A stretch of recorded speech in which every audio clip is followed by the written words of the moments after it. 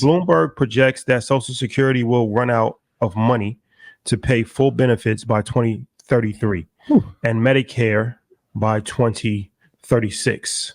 What steps can be taken to mitigate this impending shortfall? Are we going to get to the lighter conversations later? These first two, These are heavy. this goes back into the nothing. I just want to be very honest. I think that those benefits have been run out. Social Security is done for. I know people keep saying that it's not true. Once again, go reference Chicago. That was the canary in the coal mine to tell you that the money wasn't there. Medicare by 2036, that is scary. And because we don't have enough checks and balances to know where the money is going, where it's being spent, how it's being allocated, how it's being deployed properly. So I think in our lifetime, we are going to have to just rest and realize that Social Security or Medicare will not be there. And if we continue to run into debt, other pension plans are going to go away. I remember as a kid, when certain adults retired, they were guaranteed a pension. Then that went away. Then came in the 401k. Now some 401ks maybe going away in the next 10 to 15 years. So there's nothing we can do. What is the solution? You got to invest in and take care of your own financial house, because nobody cares about your money the way that you do. But it's sad and it's too late. I've been beating this drum for about 2 years and everyone said I was a conspiracy theorist, but Bloomberg says it, so it's official. Shout out to Michael Bloomberg. Yeah, but I feel like we've heard this for the past couple of years, and it felt like we're the direct descendants of this, right? Like 80s babies, right? They would, like, as you were growing up, as you were starting to work for us, they would tell you, "Don't worry, Social Security is not going to be there when it's time for y'all to retire."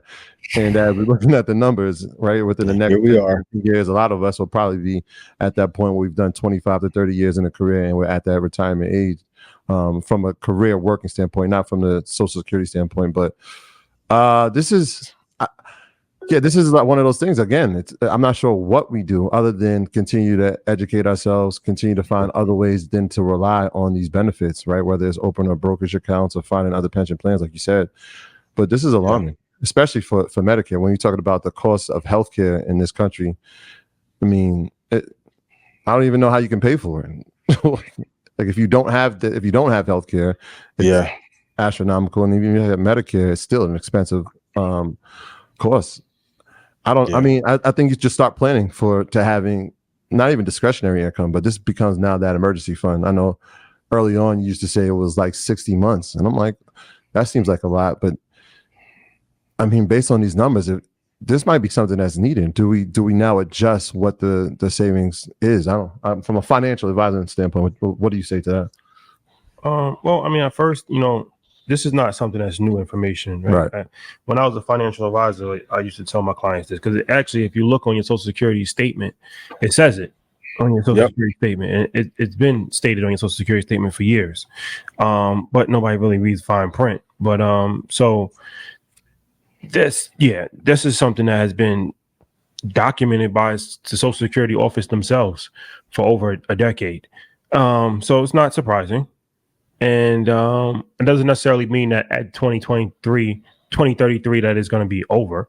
It's just saying at this pace it will be over. But they'll probably pump more money into it. I have very strong doubt that Social Security will end in 2033. That's almost impossible.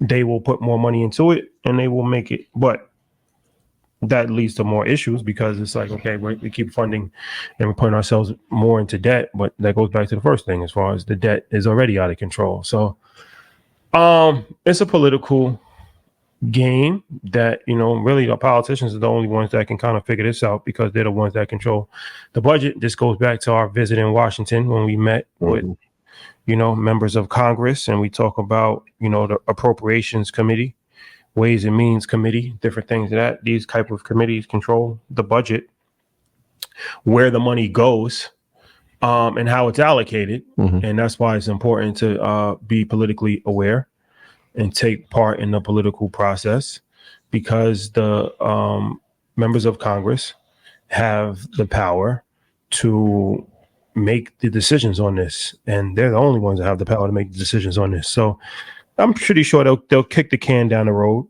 as long as they possibly can.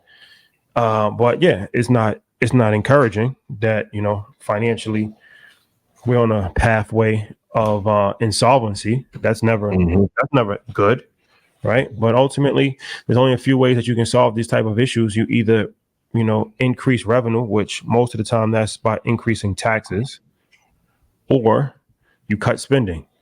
So Democrats want to raise taxes, Republicans want to cut spending. I think you got to do a combination of both.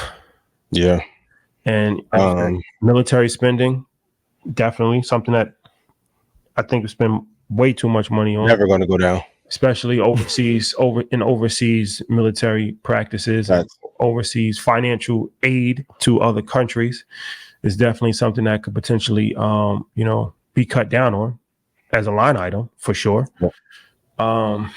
But it's all in the hands of the politicians. It's a political game. But as far as how much money you should have in savings, I mean, you should definitely have at least 6 months in savings, but, you know, a year for sure, if you can, to be on the safe side. That's something that's helpful and beneficial. But savings is relative. I mean, if you have money in the stock market, technically that's a form of savings as well, right? Like, yep. So you should have as much money as you possibly can, quote unquote, saved. I mean, just in a regular bank account, a year, probably no more than a year. But after that, you know, you put money into a brokerage account, you put money into stocks. You got the money there. And in an emergency situation, if you need to take, then you can take from that as well. So you want to have as much money, you know, liquid. I would use that as a better word than savings. You want to have as much money liquid as you possibly can, because it just gives you flexibility when anything can happen. And you know, if you're not liquid, then you're going to be in a very difficult space.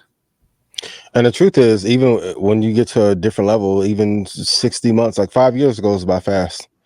There's companies that have hit a route for 10 years. But if you look at how much money they have, 2.7 trillion in Social Security left. That's the value. That's the market cap of NVIDIA. Well, NVIDIA is at 2.9. So everyone's paid in all this time. And in the course of 10 years, NVIDIA has had more value than Social Security.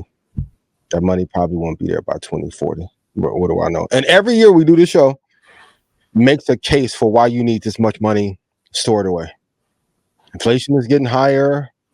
We won't talk about the corruption, the reallocation of money. It's a lot of tricky stuff going on.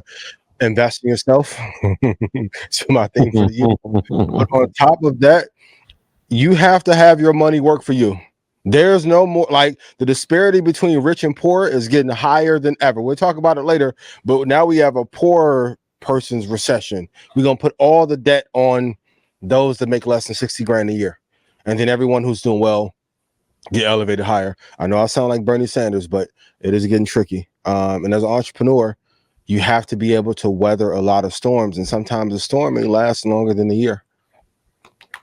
So, yep. Yeah, I'm looking at this chart for the U.S. government spending fiscal year to date, 2024. The number one category is Social Security, $960 billion. Medicare is number two, $607 billion. Net interest, $601 billion. Health, $595 billion. And then national defense, $576 billion. Interesting. I'm trying to figure out where education is here. Oh, here it is, down here. Number 8, education, training, employment, and social services, $141 billion. Yeah, Lockheed gonna get their money no matter what. So, and the will be in MX soon. Boeing. Hit the like button. Hit the like button. Yes. And share.